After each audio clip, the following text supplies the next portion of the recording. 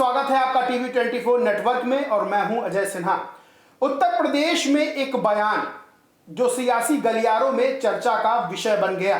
सिर्फ सियासी गलियारों में ही नहीं बल्कि उत्तर प्रदेश के हर गली मोहल्ले में उस बयान को लेकर चर्चा होने लगी और उस बयान को लेकर राजनीति इतनी तेज शुरू हुई जिसने मीडिया की सुर्खियां बटोरनी शुरू कर दी। दरअसल उत्तर प्रदेश की राजनीति में एक नाम और एक नाम का विरोध करते करते एक संगठन का नाम तेजी से सामने आया। मैं बात कर रहा हूं समाजवादी पार्टी के सांसद रामजी लाल सुमन की, जिन्होंने संसद में एक बयान दिया और उस बयान का विरोध शुरू हो गया। दरअसल आपको पता होगा कि महाराष्ट्र में औरंगजेब की कब्र को लेकर एक बयानबाजी शुरू होती है और बात आती है राणा सांगा पर। एक बयान दिया जाता है समाजवादी पार्टी के सांसद रामजी लाल सुमन के द्वारा और सीधे तौर पर राणा सांगा के लिए वो शब्द यूज किया जाता है जो शब्द शायद हर किसी को नागवार गुजरेगा, क्योंकि अगर राजपूत समुदाय की बात कर ले या भारत के किसी भी समुदाय की बात कर ले तो राणा सांगा वीरता का प्रतीक माने जाते हैं, शौर्य का प्रतीक माने जाते हैं। और समाजवादी पार्टी के सांसद रामजी लाल सुमन एक बयान देते हैं और संसद में राणा सांगा के लिए गद्दार जैसे शब्द का प्रयोग करते हैं। अब कहते हैं कि एक्शन का रिएक्शन भी होता है और वो रिएक्शन सामने आता है करणी सेना के द्वारा।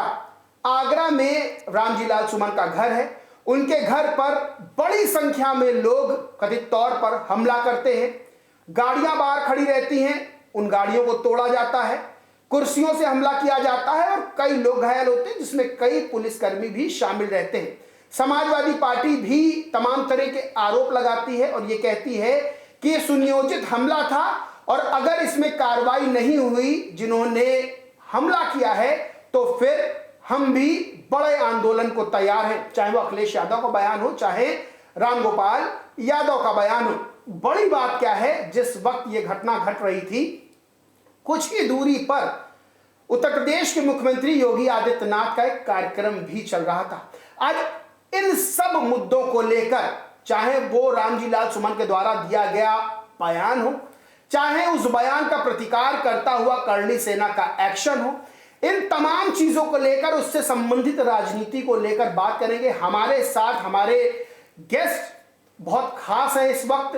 राकेश रघुवंशी जी हैं जो कि श्री राष्ट्रीय राजपूत करणी सेना के प्रदेश अध्यक्ष हैं और जम्मू कश्मीर के प्रभारी भी हैं। बहुत बहुत स्वागत है आपका। बहुत बहुत धन्यवाद सिन्हा जी। ये मामला सामने आता है, रामजी लाल सुमन के द्वारा एक बयान दिया जाता है, उस बयान का सभी ने उस बयान की निंदा की और यहां तक कि बीच बीच में देखा गया कि समाजवादी पार्टी भी बैकफुट पर जा रही है, कह रही कि उनका मतलब ये नहीं था जो रामजी लाल सुमन ने कहा। लेकिन फिर देखा जाता है इस पर राजनीति तेज होती है, करणी सेना आगे आती है और सीधे रामजी लाल सुमन के घर पर एक अटैक होता है। राजनीति और तेज होने लगती है और समाजवादी पार्टी अपना स्टैंड ले लेती है, रामजी लाल सुमन अपना स्टैंड लेते। क्या है पूरा मामला और क्या ऐसा बड़ी वजह बनी कि बयान तो उन्होंने दिया था लेकिन इतनी बड़ी संख्या में, जाहिर सी बात है अचानक तो सब पहुंच नहीं गए, तो इतनी बड़ी संख्या में जाना, इसको कैसे देखते हैं आप और उसमें आपकी क्या भूमिका थी? देखिए सिन्हा जी, मैं आपको बताना चाहता हूं कि देश के सबसे बड़ी पंचायत राज्यसभा में एक member of parliament Ramji Lal सुमन, मैं उनका नाम हमने रख दिया है RL सुमन, क्योंकि भगवान प्रभु श्री राम का नाम पहले लग जाता है राम जी, इसलिए उनका हम लोगों ने RL सुमन नाम रखा हुआ है। और उस सदन के अंदर जिस एक्सप्रेशन से, जिस भाव से राणा सांगा जी के ऊपर अभद्र टिप्पणी करते हैं और कहते हैं कि ये गद्दार हैं, और सदन के अंदर जब ये बात कहते हैं, सदन के अंदर हमारे समाज के भी और अन्य समाज के भी कई ऐसे सदस्य मौजूद रहते हैं, लेकिन उस समय इस बयान को उन्होंने गंभीरता से नहीं लिया और वो मौन रहे। लेकिन मैं आपके माध्यम से कहना चाहता हूं कि अगर उस सदन के अंदर अगर मैं होता तो रामजी लाल सुमन के चेहरे को मैं लाल कर दिया होता और जूते मार करके उनको करणी सेना बाहर निकाल दी होती। एक बात मैं कहना चाहता हूं। दूसरी जो बात आपने कही कि बवाला क्यों हुआ, करणी सेना का इसमें क्या महत्व है, कि मैं बताना चाहता हूं आपको कि जब रामजी लाल सुमन से कहा गया कि माफी मांगो, तो रामजी लाल सुमन का जितना बयान आता गया वो हमेशा बाबरनामा का नाम रख करके आगे वो कहते रहे कि हम माफी नहीं मांगेंगे राणा सांगा ने बाबर को बुलाया था इब्राहिम लोदी के साथ युद्ध करने के लिए। लेकिन हमेशा हमने आंदोलन किया, हम लोगों ने पुतले जलाए, हम लोगों ने एक शांति तरीके से आंदोलन पूरे प्रदेश में हम लोगों ने चलाया।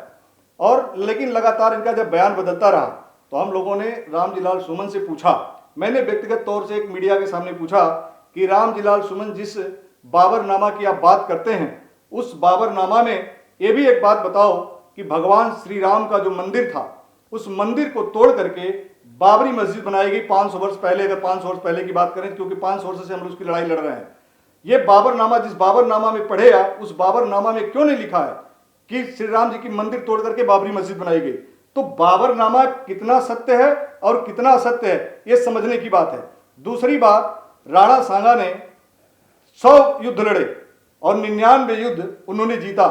और 99 युद्ध जीता जिस व्यक्ति को आप सोच लीजिए कि 80 घाव थे शरीर पे, 80 घाव शरीर पर थे और उनका एक हाथ नहीं था, एक पैर नहीं था, एक आंख नहीं थी, एक आधा शरीर कह लीजिए नहीं था। उस उम्र में भी 80 घाव खाने के बाद भी इस राष्ट्र के लिए, इस देश के लिए, इस सर्व समाज के लिए, सनातन धर्म की रक्षा के लिए, गाय की रक्षा के लिए उस व्यक्ति ने, उस महान योद्धा ने सर्वस्व अपना बलिदान कर दिया। ऐसे व्यक्ति के ऊपर रामजीलाल सुमन जैसे लोग अगर इस तरह का बयान देंगे तो करणी सेना का यह भी शुरुआत है। करणी सेना का भी उग्र रूप आप लोगों ने नहीं देखा होगा। करणी सेना को अगर आप जानते हैं तो मां पद्मिनी के जब सम्मान में संजय लीला भंसाली ने जब फिल्में बनाई थी तो आपने देखा था पूरा देश जलने के कगार पे था, क्योंकि राजपूतों का, क्षत्रियों का जो सबसे बड़ी पूंजी है वो इतिहास है। और इतिहास के साथ अगर कोई भी छेड़छाड़ करेगा, वो चाहे रामजीलाल सुमन हो या समाजवादी पार्टी का कोई बड़ा नेता हो या भाजपा का कोई नेता हो या कांग्रेस का नेता हो, कोई भी हो, उसको करणी सेना छोड़ेगी नहीं। अच्छा, ऐसे में एक सवाल खड़ा ये होता है कि रामजीलाल सुमन ने जो कहा, अगर गलत कहा तो उन पर कार्रवाई होनी चाहिए। आप लोगों ने क्या कानूनी प्रक्रिया का सहारा लिया या सीधे उनके घर पर जो हमला होता है, क्योंकि हिंसा को एक्सेप्ट नहीं किया जा सकता समाज में, कि बहुत से लोग जाते हैं और जाके, क्योंकि रामजीलाल सुमन ने मानिए एक बयान दिया, लेकिन उनके परिवार वाले उनके घर पे होंगे और इतनी बड़ी संख्या में लोग जाते हैं और हमला करते हैं, तो ये इस पर सवाल खड़े हो रहे हैं कि क्या ये कदम ठीक था? देखिए, ये कदम बिल्कुल ठीक था।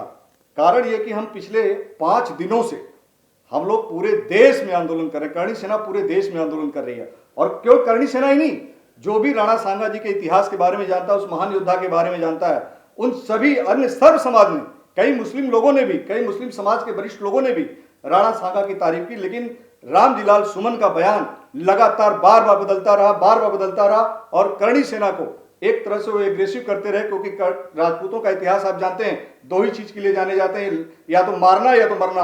2 ही चीज के लिए राजपूतों का इतिहास रहा। और उसी इस लोकतंत्र की व्यवस्था में मैं कहना चाहता हूं कि आपके माध्यम से कि छेड़ा जा रहा है। और जब रामजीलाल सुमन का बयान बार बार जब बदला तो करणी सेना के लोग वहां पर पहुंचे हैं। और पहुंच करके एक दुख की बात भी मैं कहना चाहता हूं कि जो लोग वहां पहुंचे थे उन्होंने बहुत गलत काम किया। उन्होंने जो काम किया उससे मैं बहुत निराश हूं, खेद प्रकट करता हूं, क्योंकि उन्होंने अधूरा काम किया। अगर मैं होता तो मैं रामजीलाल सुमन का गेट उखाड़ के ला करके किसी चौराहे पर रख दिया होता। अब की बार अगर करणी सेना अगर पहुंचेगी तो रामजीलाल सुमन का घर भी बचेगा नहीं। देखिए राकेश जी, जो आप बात कह रहे हैं कि जो चीज हुई, अब आप जो बयान दे रहे हैं वो और ज्यादा हिंसक हो रहा है। यानी कि आप कह रहे हैं कि या तो आपको कानून पर विश्वास नहीं है, पहली चीज, अगर आप ऐसी कहते हैं कि मैं किसी का गेट उखाड़ के, या फिर अगर कानून में विश्वास है तो उनको कानून के तहत जो सजा दी जाए, या आप जो मांग करें कि भाई उनकी सदस्यता निरस्त कर दी जाए, या जो भी उन पर कानूनी कार्रवाई हो। लेकिन आप इस तरह का बयान देते हैं, फिर वहां पर बड़ी संख्या में लोग पहुंचते हैं, तो इससे जो स्थिति है वो कहीं ना कहीं टकराव की बनती है। देखिए, मैं वही बात कह रहा हूं कि रामजीलाल सुमन लगातार ये जानबूझ करके बयान दे रहे हैं कि करणी सेना यानी क्षत्रिय समाज और सर्व समाज एग्रेसिव हो, इनको वोट का फायदा हो। करणी सेना अभी समझ रही है कि अलग अलग दल अपने वोट की राजनीति कर रहे हैं। करणी सेना के कोई कंधे पे बंदूक रखना चाहता है, कोई सामने से बंदूक रखना चाहता है। करणी सेना सारी चीज समझ रही है। लेकिन मैं कहना चाहता हूं आपके माध्यम से कि क्षत्रियों का जो इतिहास है, अगर इतिहास के साथ कोई भी छेड़छाड़ करेगा, हमारे महापुरुषों के साथ कोई भी अभद्र टिप्पणी करेगा, उसको करणी सेना छोड़ेगी नहीं। और हिंसा की जहां तक बात है, ये क्रिया का प्रतिक्रिया है। सिन्हा साहब, उन्होंने क्रिया किया तो ये प्रतिक्रिया हुआ, और प्रतिक्रिया थोड़ी अधूरी रह गई। अब की बार जो क्रिया का प्रतिक्रिया होगा वो एक अलग रूप में जाएगा और हम संविधान का सम्मान करते हैं। मैं आपके माध्यम से कहना चाहता हूं कि हम संविधान का सम्मान करते हैं, इसीलिए छत्रियों की जो तलवार है वो म्यान के अंदर अगर संविधान का सम्मान न करते तो छत्रियों का तलवार निकलता और सुमन आर.एस. लाल सुमन जैसे लोग कब के कहीं लटक लिए होते। अच्छा, एक बहुत बड़ा सवाल ये है कि देखिए अब इस बयान को लेकर कहीं ना कहीं राजनीति हो रही, क्योंकि समाजवादी पार्टी ने भी कह दिया, रामजी लाल सुमन ने भी कह दिया कि हम बयान से अपने पलटेंगे नहीं, और कहीं ना कहीं समाजवादी पार्टी ने भी कह दिया कि अब अगर कार्रवाई नहीं तो हम भी उसका जवाब देंगे। आपके बहुत से कार्यकर्ता, बहुत से पदाधिकारी जिन पे मुकदमे भी दर्ज हुए हैं। जी। बड़ा सवाल ये है कि एक तो इस मुद्दे पर राजनीति शुरू हो गई है, जी जी। जो वोटों को लुभाने की बात है वो साफ साफ इसमें नजर आ रही है। दूसरी चीज कि आप इस पूरे मामले में सरकार का क्या रोल देखते हैं? देखिए, मैं कहना ये चाहता हूं आपसे कि सरकार का जो रोल है, मैंने केवल जब मैंने पहली बार बोला था आर.एल. सुमन के बारे में, तो मैंने स्पष्ट शब्दों में कहा था कि राजनीतिक वालों को कहा था, जैसे कि आपने पिछले बार देखा कि जो लोकसभा का सबसे बड़ा जो चुनाव होता है, उस चुनाव में भी श्री राष्ट्रीय राजपूत करणी सेना और समस्त क्षत्रिय समाज, आपको पता होगा गुजरात में पुरुषोत्तम रूपाला जो प्रधानमंत्री मोदी जी के परम मित्र हैं, क्योंकि जब वो गुजरात में थे तो गुजरात में जब वो थे तो वहां भी वो मिनिस्टर हुआ करते थे, और जब मोदी जी सेंट्रल में प्रधानमंत्री बने तो पुरुषोत्तम रूपाला जी को टिकट वहां मिला, वो सेंट्रल गवर्नमेंट में भी मंत्री बने हो। तो उन्होंने जब हमारी माताओं बहनों पर अभद्र टिप्पणी की, जिन्होंने जौहर किया, जिन्होंने अग्नि स्नान किया इस स्त्री के अस्तित्व को बचाने के लिए, छत्रित्व को बचाने के लिए, 36,000 महिलाओं के साथ उन्होंने अग्नि स्नान किया था, उनके ऊपर करीब आधा घंटे का बयान दिया उन्होंने। करणी सेना समस्त भारत में आंदोलन किया और मांग करती रही कि प्रधानमंत्री जी, आपके मित्र ने, पुरुषोत्तम रूपाला ने हमारी माताओं बहनों पर जिन्होंने जौहर किया था उनके ऊपर अभद्र टिप्पणी की है, एक बार अपने मुंह से आप कह दीजिए कि पुरुषोत्तम रूपाला ने गलत बोला, क्योंकि पुरुषोत्तम रूपाला का माफीनामा तो आया, बोल दीजिए, लेकिन प्रधानमंत्री, देश के प्रधानमंत्री ने कुछ भी नहीं बोला, और उसका रिजल्ट ये हुआ कि करणी सेना और क्षत्रिय समाज पूरा एग्रेसिव हुआ, पूरे भारत में आंदोलन चला, और उस आंदोलन का नतीजा हुआ कि लोकसभा के चुनाव में क्षत्रियों ने इनका बहिष्कार किया और आकर के 240 पर अटक गए। अच्छा, मैं आपके दो ट्वीट्स देख रहा था कि नाराजगी है, अप्रत्यक्ष रूप से आपने प्रधानमंत्री पर निशाना साधा। एक पहला है जिसमें महापुरुषों के अपमान पर देश के सर्वोच्च पद पर बैठा हुआ व्यक्ति गूंगा, बहरा और अंधा बन गया है क्योंकि अपमान क्षत्रिय महापुरुष का हुआ, पहला ट्वीट। दूसरा है आर.एल. सुमन ने राणा सांगा का अपमान सदन में किया था तो मोदी जी को भी उसी सदन में निंदा प्रस्ताव लाकर उनकी सदस्यता रद्द करके मजबूत कानून बनाकर उसे जेल भेजना चाहिए, जिससे कि भविष्य में कोई भी किसी महापुरुष के लिए अमर्यादित टिप्पणी ना कर सके। क्या मोदी जी से क्या नाराजगी? देखिए, मोदी जी से कोई व्यक्तिगत नाराजगी नहीं है। मोदी जी अगर आज यहां तक पहुंचे हैं तो निश्चित है कि ये कमल का जो फूल खिल खिल करके इतना बड़ा हुआ है, उसमें सवर्ण समाज का, क्षत्रिय समाज का विशेष योगदान रहा है। ऐसे नहीं कमल का फूल इतना बड़ा हो गया, लेकिन आज मोदी जी के राज में जितना इतिहास चोरी हो रहा है, इतिहास के साथ खिलवाड़ हो रहा है, और जितने लोगों ने इस बार पिछले 10 सालों में हमारे महापुरुषों पर आए दिन बयान देते रहते, पुरुषोत्तम रूपाला ने बयान दिया, आपने देखा कि मां मीरा के ऊपर बयान दिया गया, आपने देखा कि ठाकुर का कुआं बोला गया, बहुत सारी चीजें होती रही। मैंने यही ट्वीट किया था कि प्रधानमंत्री जी अगर चाहते तो ये मुद्दा, ये जो व्यवस्था फैल रही है समाज के भीतर, वो बंद हो जाती। उसका जब इतना बड़ा उसने बात बोला तो उसी सदन के अंदर निंदा प्रस्ताव लाते, निंदा प्रस्ताव ला करके एक बड़ा कानून बनाते, एक ऐसा कानून बनाते कि किसी भी समाज में, केवल क्षत्रिय समाज में नहीं, किसी भी समाज में जन्मा हुआ महापुरुष और राष्ट्र रक्षक होता है और राष्ट्र के लिए काम करता है, उसके विषय में उसके लिए कोई अमर्यादित टिप्पणी न करे, ऐसा कानून बनाते और ऐसे लोगों को जेल भेजते और दंड देते। ये लेकिन प्रधानमंत्री जी ने नहीं किया। ये मुद्दा लगातार बढ़ता जा रहा है, लोग आग लगाते जा रहे हैं, उस चीज को हम लोग समझ रहे हैं। ये हमने ट्वीट किया था। दूसरा जो ट्वीट था हमारा, क्या ट्वीट था आपने पूछा? देखिए, आपने पहला ट्वीट तो ये किया था कि महापुरुषों का अपमान हुआ जी, जो सर्वोच्च पद पे बैठे व्यक्ति हैं वो गूंगे बहरे बने हुए हैं। दूसरा था कि ये निंदा प्रस्ताव क्यों नहीं लाए, बिल्कुल सदस्यता रद्द करने के लिए क्या किया जा रहा है। मैं यही चाहता हूं कि देश में इतना बड़ा बवाल हो रहा है, इतना बड़ा बवाल हो रहा है राणा सांगा जी के ऊपर, बीजेपी के भी लोग, समाजवादी पार्टी में भी कुछ लोग, कांग्रेस में भी, क्योंकि कोई पार्टी हमारी नहीं, हम लोग संगठन के लोग हैं, हर किसी ने महाराणा प्रताप, महाराणा सांगा के सम्मान में अच्छे शब्द बोले हैं, उनका सम्मान किया है, उनकी वीरता की बात की है। लेकिन देश का प्रधानमंत्री उसी सदन में बैठे हुए हैं, वो देख रहे हैं कि देश में इस तरह की चीजें चल रही हैं। एक अगर वो बयान दे देते, एक बार वो कह देते, सदन में इस तरह का प्रस्ताव ला देते, तो शायद इस तरह की चीजें ना होती। इसीलिए मैं कह रहा हूं कि देश के सर्वोच्च पद पे बैठे हुए कोई प्रधानमंत्री नहीं, जितने भी लोग बैठे हैं उनको आगे आना चाहिए, बोलना चाहिए कि इस तरह की चीजें नहीं होनी चाहिए। देश में केवल एक आदमी बोल रहा है, आर.एल. सुमन। सोचिए आप जरा इस बात को कि आर.एल. सुमन देश में एक इकलौता व्यक्ति बोल रहा है कि राणा सांगा गद्दार थे, जबकि राणा सांगा का इतिहास इतना बड़ा है। लेकिन देश के प्रधानमंत्री से यह उम्मीद करणी सेना करती रही है कि प्रधानमंत्री बोलेंगे, लेकिन नहीं बोल रहे हैं। तो करणी सेना का अपना भी एक संविधान है, मान सम्मान स्वाभिमान के लिए अगर अपनी गर्दन कटवानी पड़ेगी तो करणी सेना कटवाएगी, काटनी पड़ेगी तो काटेगी भी। करणी सेना इस बात के लिए लड़ती है कि विजय मिले या वीर गति, हम उसकी चिंता नहीं करते। अपने समाज के लिए, अपने मातृभूमि की रक्षा के लिए, राष्ट्र के लिए जो हमारे महापुरुषों ने अपना बलिदान दिया है, गाजर मूली की तरह कटे हैं और काटे हैं। जिन लोगों ने तलतोप के सामने तलवार से लड़ा इस राष्ट्र के लिए, उनके मान सम्मान स्वाभिमान की लड़ाई एक करणी सेना लड़ेगी और परिणाम की बिना चिंता किए। आपको ऐसा नहीं लगता है कि राजनीतिक रूप से आप लोगों को टारगेट किया जा रहा है, राजनीतिक लाभ लेने के लिए टारगेट किया जा रहा है कि आप और गुस्साएं और आपको उकसाया जाए और सीधे सीधे राजनीतिक लाभ मिले? उत्तर प्रदेश की राजनीतिक परिप्रेक्ष्य में मैं बता रहा हूं। देखिए, गुस्सा की बात नहीं है। हमारे समाज में पढ़े लिखे लोग हैं, बुद्धिजीवी लोग हैं, हम बिल्कुल नहीं चाहते।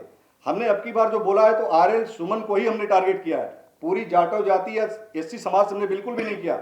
बहन मायावती जी का भी एक अच्छा बयान आया कि ये जो करणी सेना ने जो हमला किया है, या करणी सेना ने जो एक सांसद के घर पे जाकर के जिसने तुच्छ बातें की, महापुरुषों के बारे में गलत बातें की, वहां पर जाकर के इन्होंने हमला किया है, न कि किसी के घर में हमला किया है। तो राजनीति तो सभी चाहते हैं, करणी सेना को उकसाना सभी चाहते हैं, लेकिन करणी सेना अपने समझदारी से काम कर रही है। करणी सेना केवल उसी व्यक्ति को टारगेट करी जो व्यक्ति इस लड़ाई में, और आपने नाम लिया कि राम गोपाल जी और फलाना जी और तमाम लोग बोल रहे हैं, आकर के बोल रहे हैं, अखिलेश जी बोले, बहुत लोग बोल रहे हैं कि अब की बार करणी सेना को हम देख लेंगे, करणी सेना आएगी तो ऐसा कर देंगे, वैसा कर देंगे। मैं आपके चैनल के माध्यम से कह देना चाहता हूं कि मीडिया में आकर के क्यों बयान दे रहे हैं आप लोग, मीडिया में आकर के आप क्यों बयान दे रहे हैं? आपके पास जो है ये लखनऊ का कोई मैदान चुन लो, कोई खनवा का मैदान चुन लो, कोई हस्तिनापुर का मैदान चुन लो, कोई खुल्लम करणी सेना चैलेंज कर रही है कि आप यहाँ पे मीडिया में आकर के पब्लिसिटी पाने के लिए, राजनीति करने के लिए मत बोलो। कोई एक जगह चुन लो, सरकार से लिखवा लो और आ जाओ, आर पार की लड़ाई हो जाएगी इतिहास चोरों के साथ और इतिहास संरक्षण वालों के साथ। देखिए, आप जो बात कर रहे हैं वो कानूनन हिसाब से तो ठीक नहीं है कि कोई जगह चुन ली जाए, हो जाए। वो बोल रहे हैं, हाँ, वो बोल रहे हैं। समाजवादी पार्टी है, वो इस बयान को लेकर क्या कह रही है ये सामने आ रहा है। अब इसको लेकर आप लोगों की क्या प्रतिक्रिया है? प्रतिक्रिया कानून के दायरे में, क्योंकि बहुत से ऐसे आपके कार्यकर्ता पदाधिकारी हैं जिन पे मामले दर्ज हुए, आपको भी जानकारी ये बात की होगी। तो इस चीज को लेकर आपकी क्या प्रतिक्रिया, आपके संगठन की क्या प्रतिक्रिया और आगे का क्या प्लान है? क्योंकि आप लोग क्या कार्रवाई कर रहे हैं, कहाँ, क्या मुख्यमंत्री से मुलाकात की बात है या और आप कहीं शिकायत दर्ज करवाएंगे? इसको लेकर क्या चीज चल रही देखिए, है? हमने एमपी एमएलए कोर्ट में करीब 4 से 5 जगह मुकदमे हुए हैं, और आगरा के अंदर, आगरा में भी हम लोगों ने कई एप्लीकेशन दिया हुआ है। सेम एप्लीकेशन उधर से भी आया, एक ही डेट में आया, उनका मुकदमा लिख दिया गया। कुछ लोग हमारे यहाँ नामजद कर दिए गए, 200 लोगों के अज्ञात लोगों के नाम पर मुकदमा लिखा गया। लेकिन हमारी तरफ से हमने आर.एल. सुमन के बेटे, जो उनका बेटा है, जो एक वीडियो आप देख रहे होंगे कि एक वीडियो में वो 10 मिनट पहले, इनके पहुंचने से पहले, करणी सेना के पहुंचने से पहले, वो कम से कम 150 से 200 लोगों को आर.एल. सुमन के बेटे वो संबोधित कर रहे हैं कि हमारी व्यवस्था वही है, आएंगे, हम देख लेंगे, हमने जो प्लान बनाया उस प्लान पे काम करें। पूरा वीडियो वायरल हो रहा है, पूरा वीडियो वायरल हो रहा है। एक लंबी प्लानिंग यहां से लेकर के छत पे सारे लोग बैठे हुए थे।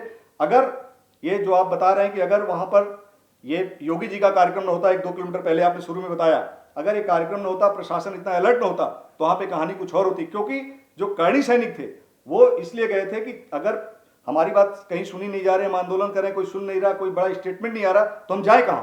तो सांसद के घर में कुछ करणी सेना वाले लोग, करणी सेना के लोग वहां पहुंचे कि चल करके उनको एक बात कहें, ज्ञापन दें, उनसे बात करें। लेकिन वहां जाते जाते उनके ऊपर हमला हो गया।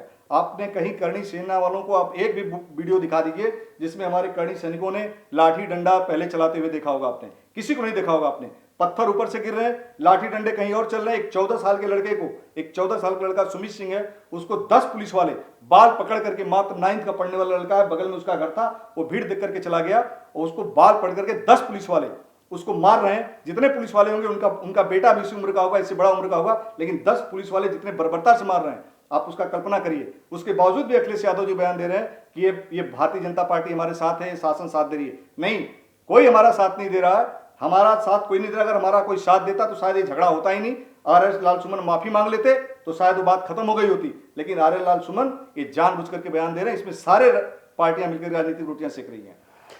तो ये थे हमारे साथ राकेश रघुवंशी जी, जिन्होंने साफ तौर पर बताया कि ये जो बयानबाजी चल रही है, उन्होंने बयान दिया है उसका प्रतिकार होगा। और भी राकेश रघुवंशी जी ने बहुत सी बातें बताई। कुछ बातें कानूनन ठीक नहीं है, क्योंकि हिंसा की कोई जगह नहीं होती है और कानून बना है कि अगर नाराजगी है तो उसको कानूनी प्रक्रिया के अनुसार ही आगे बढ़ाया जाए, अपनी नाराजगी को दूर किया जाए। बहरहाल जो हुआ वो सबने देखा और उसके बाद उत्तर प्रदेश की राजनीति किस तरह से गरमाई हुई है।